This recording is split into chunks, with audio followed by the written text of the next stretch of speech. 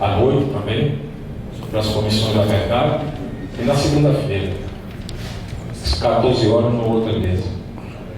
É uma coisa que realmente me deixou muito alegre, porque é o que eu tenho feito a vida toda. E, por exemplo, ter reencontrado Iris me faz voltar ao praticamente o início da minha militância, digamos assim, o movimento cineclubista de Campina Grande, que era muito rico, e isso me dá uma certa nostalgia. Foi participando de um cineclube, não é? E aprendendo com um monte de gente que me ensinou quase tudo que eu consegui compreender sobre cinema até hoje, que é uma das minhas paixões, não é? Pessoas como o Braulio Tavares, como o Romero Azevedo, o Romulo Azevedo, o Berlim do Brasil, e vai por aí. Muita gente. E aí, falando de Iris, a minha mente volta um pouco para esse tempo, quando eu, a partir do cinema, caí na rua, né, vamos dizer assim, nas ruas daquela época, início da segunda metade dos anos 70. Então já não sou tão jovenzinho assim. Por isso que eu costumo dizer que eu sou um velho professor. Queria fazer uma ou duas advertências aqui, uma outra explicação, para que vocês não se assustem. Primeiro, eu tive um problema sério de saúde há cerca de 4 anos atrás, e isso aí acabou desembocando há 2 anos e pouco, 2 anos e 4, 5 meses mais ou menos, problema de cegueira, quase total, e irreversível, já que é um problema de retina. Mas eu só estou falando isso porque eu não vim aqui para falar de mim, não é? Como diria Drummond, um belíssimo poema: meu coração não é maior que o mundo sim é grande, não é? Então eu vim para falar de mim. É só para dizer a vocês que não se preocupem muito, porque eu enxerguei durante 51 anos muito bem. Isso significa dizer que eu li demais, que escrevi demais, que assisti a filmes às toneladas, assisti muito, ainda assisto, entre aspas, hoje, colocando os diálogos em português, isso contra aquilo, e varia a favor disso ou daquilo. Não ia ser agora que eu ia desistir, mas passei um ano realmente muito recolhido, mas voltei à sala de aula um pouco mais de um ano atrás. Trabalho com outro professor que me ajuda muito. Então, é um pouco isso aí que eu acho que é o currículo. Então eu cito, eu gosto de fazer citações, até como contribuição, né? Coisas que para mim foram muito edificantes, seja um filme, seja um poema, seja um livro, não é? Um determinado autor que eu acho importante, que está dizendo alguma coisa de novo, como o Rossano insistia tanto em dar conta desse novo, não é? Eu gosto de citar, até como contribuição. Então vocês me perdoem se vocês exageraram nesse aspecto. Mas vamos deixar de conversar e vamos ao ponto, tá? Então falar sobre direitos humanos num país que tem tudo contra isto, tudo contra a consolidação de uma cultura de direitos humanos, esse é o grande desafio, né? Documentação, instituições, a gente até avançou muito. Depois do fim da ditadura veio uma construção aí, e de 95 para cá a coisa se aprofundou mais. Isso não é o grande problema. O grande problema é fazer com que as pessoas se apoderem dos temas ligados ao respeito, à promoção e à defesa dos direitos humanos. Esse é o nosso cérebro. E a sensação que eu sempre tenho, até usei uma vez essa imagem num artigo que escrevi, aquela história de Sísifo, né? Ele está condenado a rolar a pedra até o cume da montanha, só para vê-la rolar e cair lá embaixo, e ele volta, e está condenado a passar a vida fazendo isso. A sensação que nós, militantes, organizações, instituições ligadas aos direitos humanos nesse país, é muito essa sensação que a gente tem, né?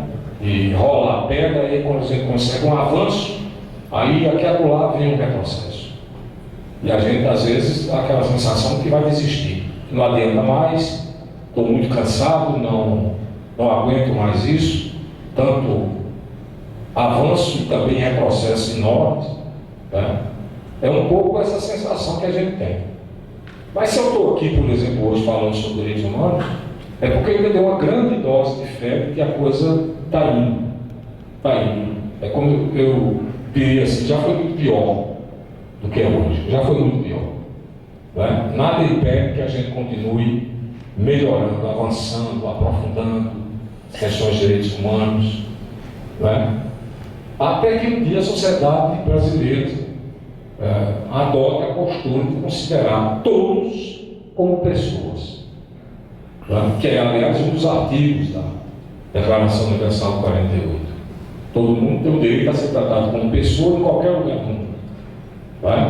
Isso é um desafio muito difícil. Muito difícil. Ao lado disso, tem os preconceitos.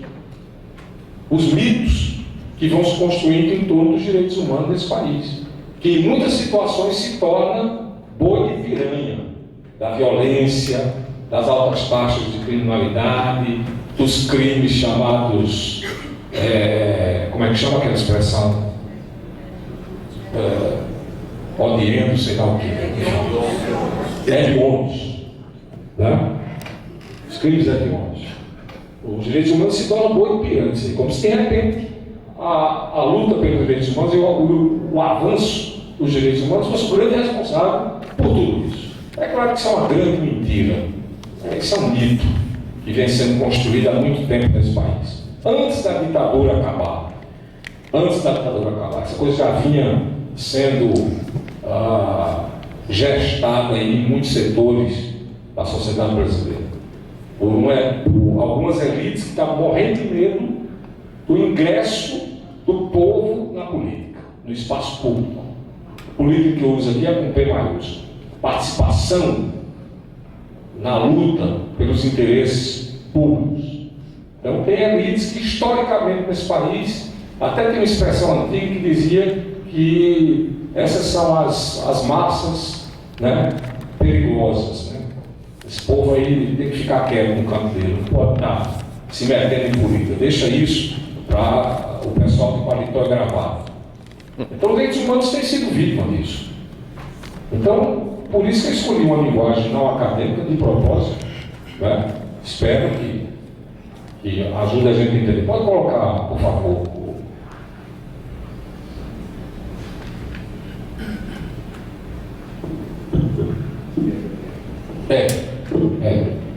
Nós é que temos que ver.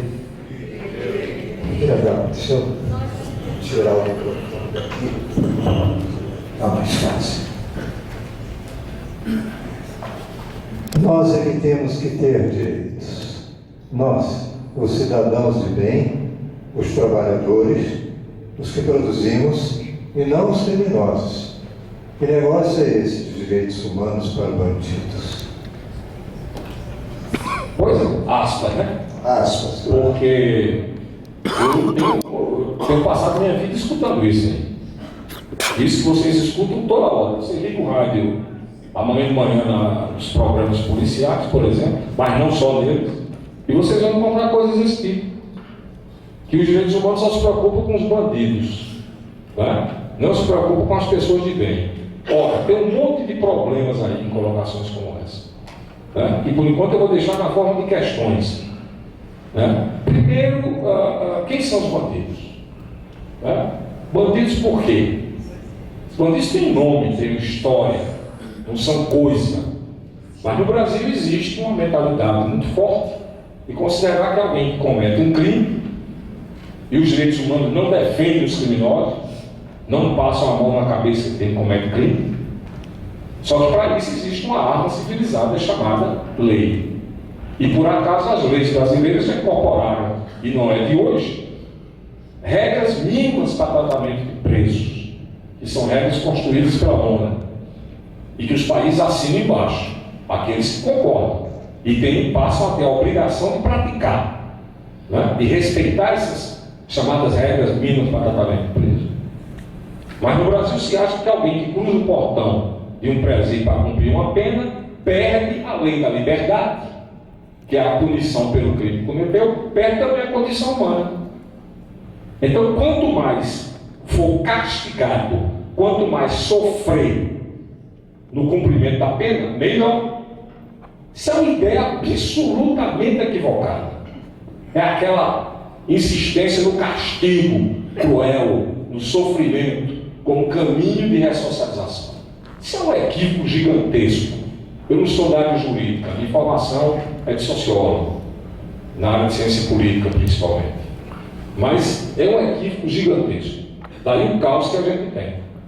Não é? Outra coisa extremamente problemática, e aí o doutor Rossandro teria muito mais autoridade do que eu para desenvolver o tema, é esse maniqueísmo de dividir a sociedade entre pessoas de bem e pessoas de mal. Ninguém nasce bem ou nasce mal. Ninguém é somente bom, né? Ou somente mal. Nós sabemos disso.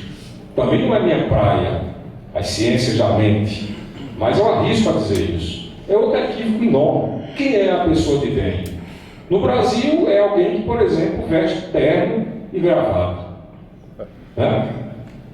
E aí, numa musiquinha do Gabriel Pensador, um dos primeiros discos dele, se não me falha a memória, chamada Lavagem Cerebral, em que Gabriel critica a questão do racismo, né? E quem tem preconceito porque alguém é da cor negra, né? É de descendência afro, né? Ele perguntava lá no versinho da música, o que você diria de um sujeito como Paulo César Farias? E aí Paulo César Farias foi envolvido naquele escândalo que levou ao impeachment do presidente Collor. Foi praticamente a peça-chave aqui, que era o tesoureiro de campanha dele. Mas no lugar do nome Paulo César Farias, tem uma lista infinita de nomes que você poderia colocar, né? Cachoeira e tantos outros que vestem ternos italianos, sapatos franceses, né? Andam muito bem perfumados, andam muito arrumadinhos e são grandes criminosos do dinheiro público, por exemplo, de roubo do dinheiro público. Então são coisas altamente questionáveis. Estou só provocando vocês aqui. Mas eu quis começar com essa provocação, que é um dos grandes mitos, uma das grandes mentiras sobre direitos humanos. É que direitos humanos só defendem bandido. Direito humano defende também quem está dentro de uma prisão. Porque consideramos que eles não perdem sua condição humana. E aí é uma questão que não admite meios termos. Né? O que é que você pensa sobre o outro? As outras pessoas. A dignidade para você é o quê? É uma coisa seletiva? Que eu trato alguém com dignidade quando me é conveniente? Ou até pela aparência da pessoa? Ou pela posição que ocupa, pelo cargo? Seja lá mais o quê? Ou a dignidade é uma coisa que para mim deve ser respeitada em todos os seres humanos? Essa é uma questão. Eu não vou filosofar sobre dignidade humana. Poderia passar aqui a noite filosofando. É tratar as pessoas como pessoas possuidoras de humanidade. É não tratar as pessoas como coisas. E eu vou pegar um exemplo aqui. Deve ter um copo descartável aqui, ao meu lado aqui. Se eu pegar esse copo descartável e amassar todinho e jogar fora quer dizer, um cesto, de preferência aquela coleta seletiva lá, é um problema que eu vou ter, preocupado com isso, com a questão do meio ambiente. Fora isso, eu não vou ter nenhum drama de consciência. Agora, o que eu não posso é tratar pessoas como que amassa um copo descartável. Pessoas como coisas. Que é o que o noticiário apresenta para a gente todos os dias. Todos os dias. Não é? Então, isso é um dos pilares do respeito aos direitos humanos. Não é? O que é que nós entendemos por dignidade humana? Pela humanidade do homem, do ser humano. Pode parecer redundante, mas não é. que as pessoas são sujeitos racionais, mas são sujeitos também cheios de desejos, de paixões, de emoções, e isso é que completa a nossa humanidade. Na hora que você, por alguma razão, por alguma maneira, destrói algum desses aspectos de uma pessoa, você está destruindo a dignidade dessa pessoa. Os direitos humanos, inclusive, nascem, essa declaração de 48, ela nasce após uma das maiores tragédias que o século XX, porque não dizer que a história nos apresentou, que foi o nazismo. É um problema muito sério. Né? Depois eu toco mais nesse ponto. Vamos avançar para não cansar muito vocês aí. Agora, sem aspas. O primeiro artigo da Declaração Universal dos Direitos Humanos diz que todos os homens nascem livres e iguais em dignidade e em direitos, e são dotados de razão e consciência, devendo, portanto, agir uns em relação aos outros com espírito de fraternidade. Tem mais alguma coisa nisso? Não. Eu vou fazer só o seguinte agora, para ajudar a todos nós aqui. Eu vou fazer só um ou outro destaque, rápido, o que eu acho que é realmente muito relevante em cada colocação dessa. No caso aqui tem coisas complicadas também, que a declaração coloca.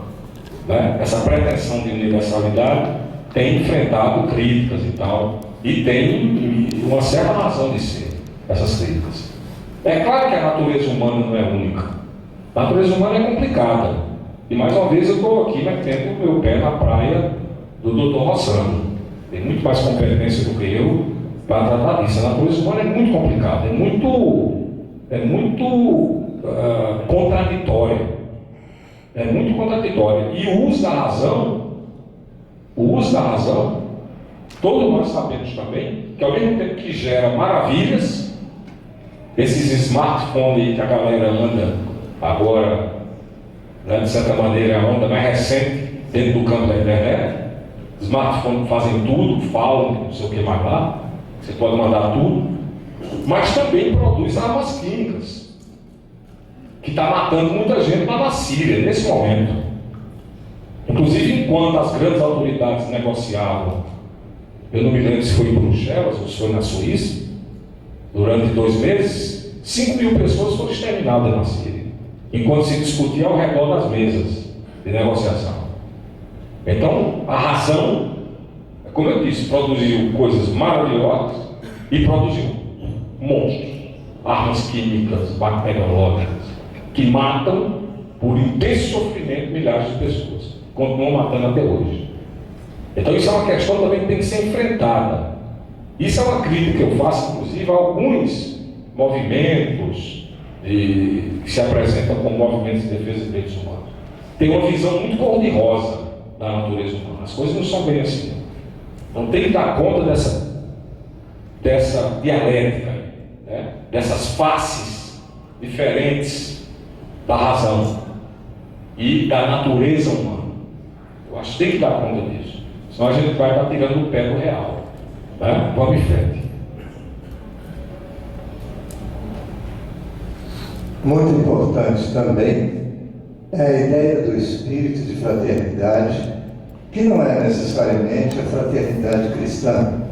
Somos irmãos porque assim o quer um Pai que está acima de todos nós. É a fraternidade no sentido de que a nossa humanidade depende da nossa vida em coletividade. Isso é uma coisa que me agradou muito na fala do Dr. Rossano. Sempre eu entendi.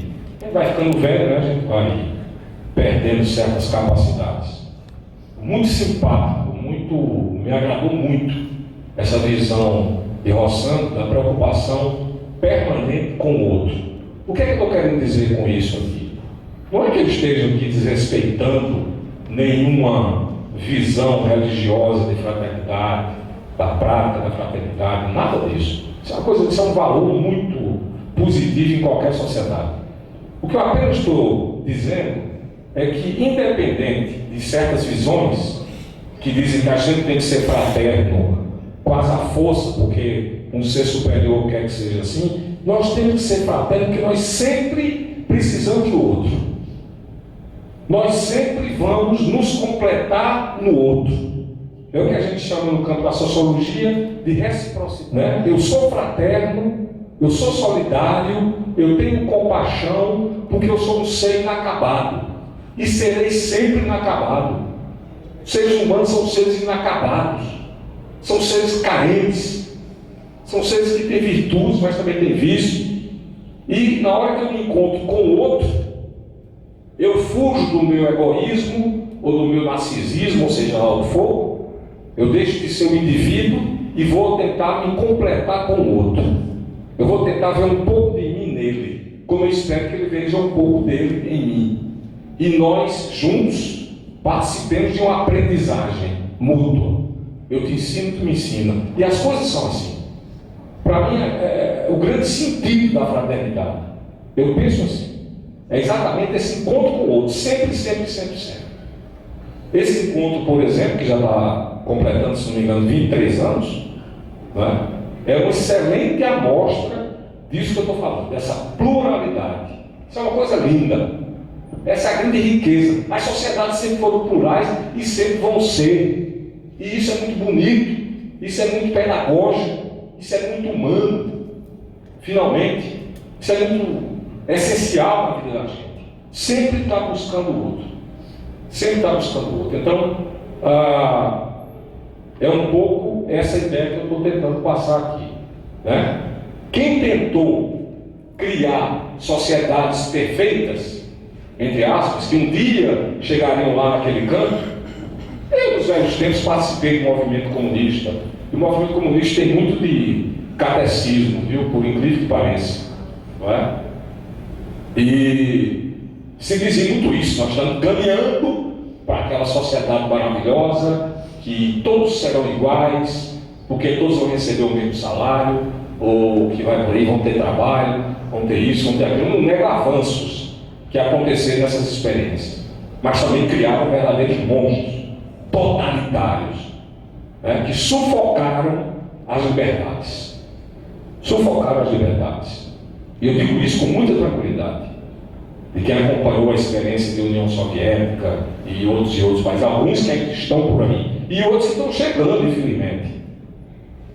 Né? Essa sociedade se impõe, não sei se alguém já percebeu isso, ela chega ao poder pela destruição dos direitos humanos. Imagine se os militares do golpe de 64 permitissem uma ampla liberdade de imprensa. Eles não durariam uma semana. E eu estou pegando um exemplo aqui. Na mesa de amanhã, a gente vai falar um pouco mais disso. Tem a ver com a ditadura.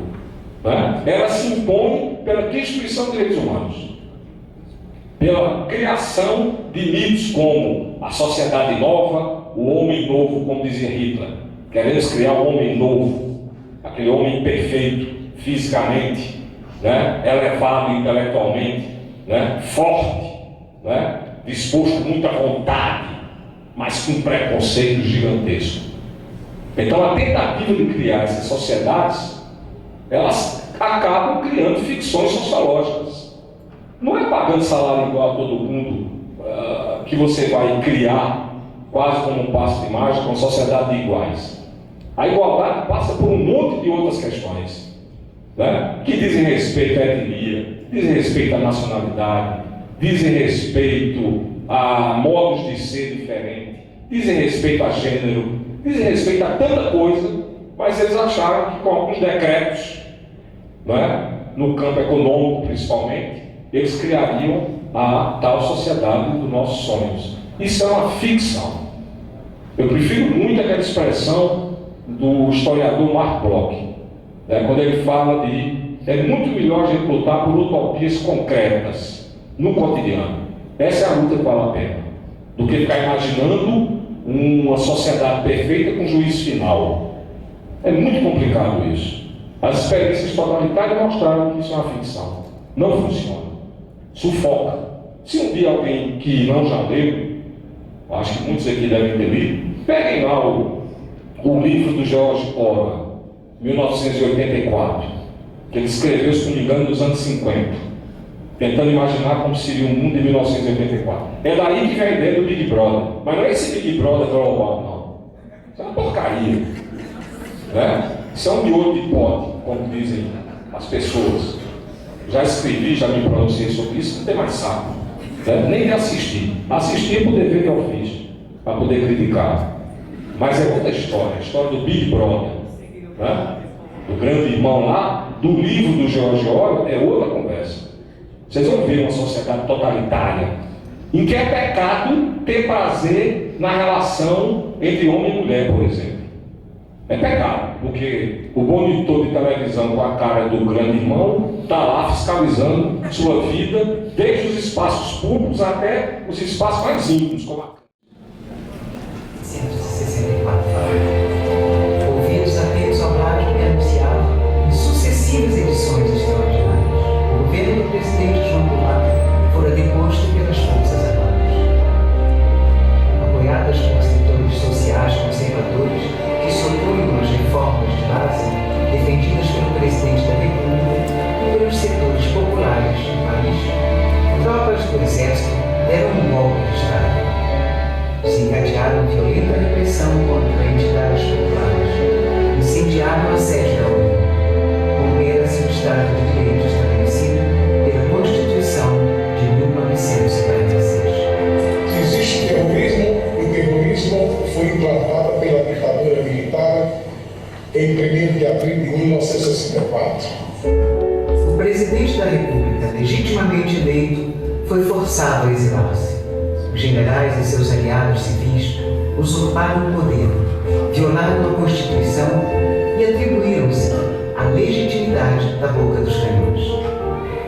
Caminharemos para a frente com a segurança de que o remédio para os malefícios da extrema esquerda não será o nascimento de uma direita reacionária. Baixaram o primeiro ato institucional para investigar e punir os inimigos do novo regime, criaram as comissões gerais de inquérito e instauraram os inquéritos políticos.